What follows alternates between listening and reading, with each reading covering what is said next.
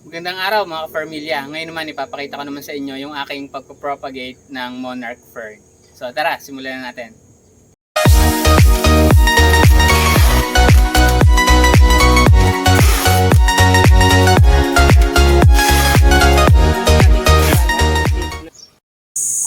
Ito yung monarch fern na ating ipapropagate.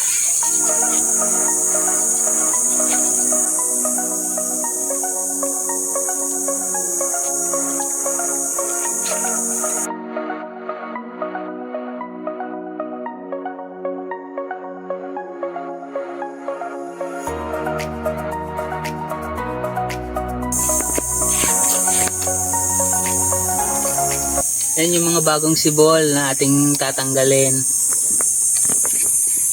Yan yung ating pasisibulin. Lilipat natin sa lalagyan.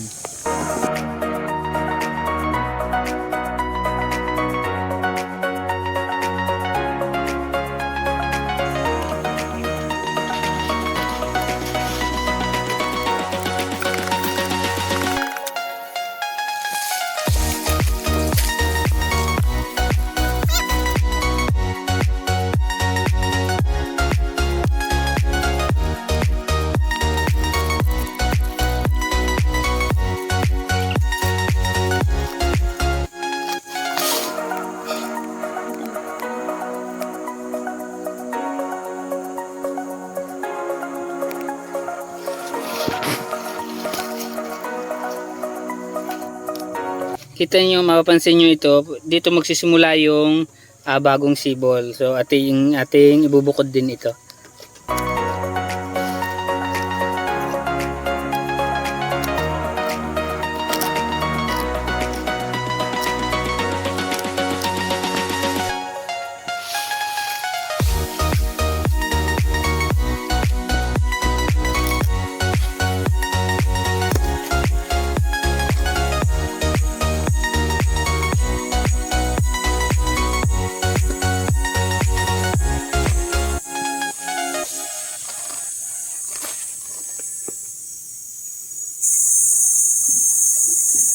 Mapapansin ninyo may tatlo itong yung sibol kung saan posibleng lumabas yung dahon. So hahatiin natin to sa tatlo, isa, dalawa, tatlo.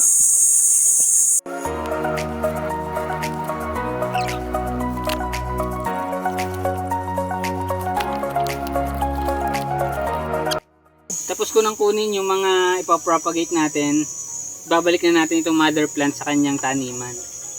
Hindi ko na masyadong kinuha lahat kasi baka mamatay, baka masyadong ma-stress yung mother plant. Papalitan na lang natin ng coco cubes dito para may bago naman siyang mapagkukunan ng nutrients.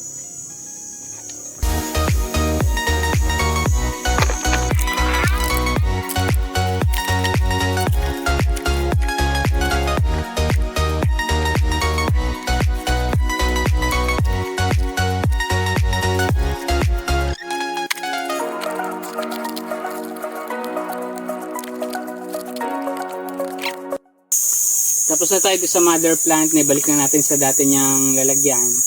Hindi muna natin siya babalik sa kanyang pwesto kasi masyadong mainit. So magi-stay muna siya dito sa lilom siguro mga 1 linggo. Ngayon, ipapropagate naman natin yung mga nakuha natin. Kakailanganin natin ang wire, tapos bunot. Dito kasi natin ililipat yung mga sibol ng ating monarch fern. Maiba lang, at saka mas maganda kasi dito. Tapos yung cubes ng ating bunot. So yun lang, simulan na natin. Una, kakawadan muna natin to para hindi siya naghihiwa-hiwalay kapag ating ginamit na.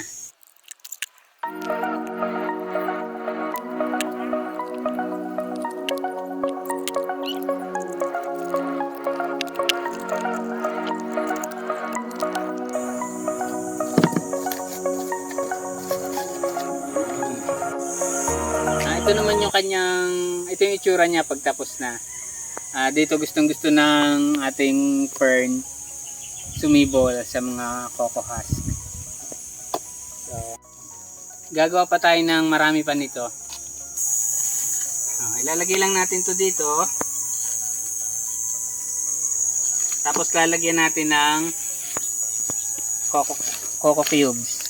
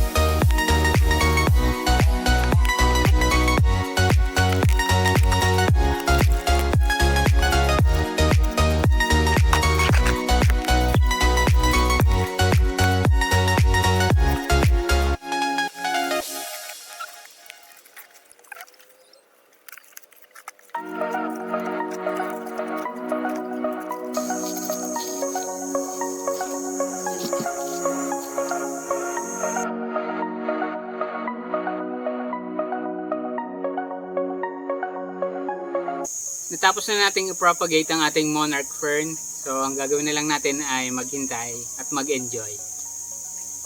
Natapos na naman tayo sa isa na naman nating video. Kung meron kayong natutunan, huwag nating kalimutang mag-like at subscribe sa ating channel.